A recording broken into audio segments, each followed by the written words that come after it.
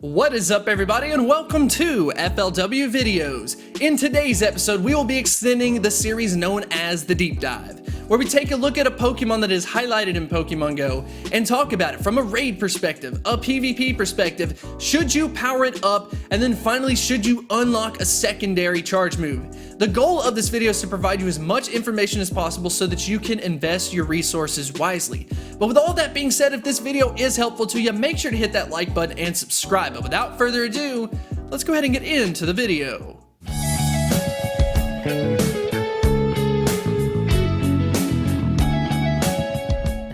So briefly, for those who are interested in knowing Dialga as a raid boss and what the counters are, go ahead and check this out. Basically, you need to go in with a fighting team. Machamp, of course, is number one. This is definitely a unique Pokemon with it being a part dragon type. It doesn't end up taking super effective damage versus a dragon type just because of its typing, so do not use dragon type Pokemon when you are trying to take down Dialga, but we will definitely be talking about that in the typing related to PvP. We need to go ahead and dive into the statistics. Dialga, with a max AP of 4,038, Dialga is a dual type of Steel and Dragon typing. If we take a look at the statistical ranks, you will see the attack stat is its best stat, ranked out at 11th in Pokemon Go, and then its worst stat is its stamina stat, ranked out at 104, so honestly, it isn't even that bad. The overall ranking is 11th in Pokemon Go. So you might be saying to yourself, if it is ranked so high, why would you possibly consider not actually powering it up? Well, it actually has to do with the moveset. Unfortunately, Dialga was not blessed with the ideal moveset from really the Steel or the Dragon typing.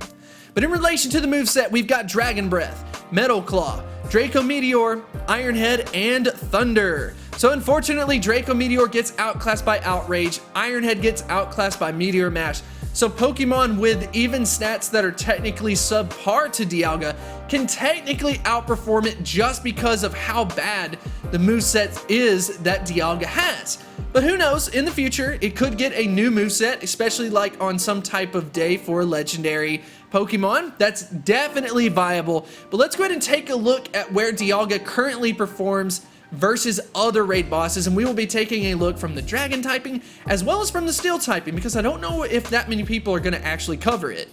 With the results versus a Latios, you actually see Dialga cracking into the top 3. Outperformed, unfortunately, by Rayquaza as well as Salamence, technically. But if you want to get technical on it, Salamence fainted 28 times versus Dialga fainting 19 times. And the difference isn't necessarily that much, so that is up to you on a per Pokemon basis. I would probably put it a little bit ahead of Dialga, but hey, that's just my own personal opinion. Versus another option like Rayquaza, if we go ahead and check this out, we actually had to go pretty far down on the list, mostly because Rayquaza taking 2 times super effective damage versus Ice type moves. You have a lot of Ice type moves actually outperforming most of the Dragon types. You see Rayquaza in at 12th, Palkia in at 13th, and then finally Dialga in at the number 17 spot. But like I said, if we were to go ahead and check it out from the Steel typing, Steel type moves are super effective against Ice, Rock, and Fairy. So why not go ahead and pull up some results versus Regirock or Regice? It really doesn't matter.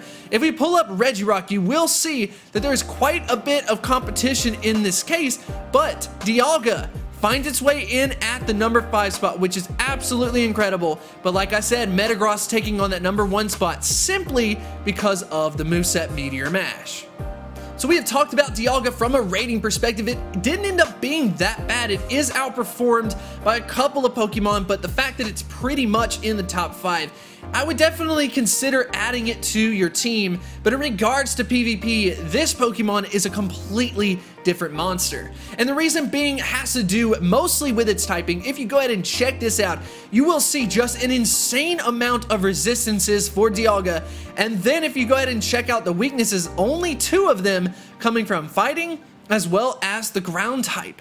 And whenever you have an opportunity where you have just so many resistances, just in a general PvP sense, that is destined to be successful, at least from the typing perspective. And that's actually what ended up happening. When we checked out PokeBattler and took a look at the top 24 Pokemon for the Masters League, Dialga didn't make it. But if you check out the counters to the top 24 Pokemon in the Masters League, Dialga took the number 1 spot, which is absolutely impressive. And surprisingly enough, it ended up being the move Thunder that ended up getting more wins and not necessarily Draco Meteor. So that definitely leads to the question as to whether or not you should unlock a secondary charge move. Well, to be honest, it really just depends. For me personally, I would honestly recommend you to take it as a pure dragon type attacker. It's unique in the sense that it can go up against other dragon type Pokemon while at the same time not taking super effective damage versus the dragon type moves. I think that that's very unique and does provide some benefit for Dialga specifically. Then on the other hand, from PvP, the fact that Thunder is actually doing very well for it, it kind of makes me scratch my head to say, well, should you unlock a secondary charge move? The only thing that holds me back from ever suggesting a secondary charge move on a legendary Pokemon is the fact that it costs 100 candies as well as 100,000 Stardust. The cost of that is astronomical. If you're going to do that for a legendary or a mythical Pokemon, Mewtwo is probably one of those that I would say unequivocally, yes, go for it. Dialga, on the other hand, isn't necessarily the highest performing Pokemon from the Dragon type perspective or from the Steel type perspective. So unfortunately for me, I'm not going to recommend doing that for Dialga, but in the future, if it gets a better moveset, if it gets access to something like Outrage or who knows, maybe something even better, we may revisit this topic and have a completely different answer. But anyways, I hope you did enjoy this video. We always like to end on a question of the day. What are your thoughts on Dialga? Do you like it more than Palkia? Do you like it more than Giratina? Do you plan on powering it up? Let me know it all in the comments section below, and I will see you next time. I wanted to extend a huge thank you to the supporters over at Patreon. You definitely make this possible, and I 100% appreciate this support. If you are interested in supporting my channel on Patreon, definitely feel free to check out the link in the description.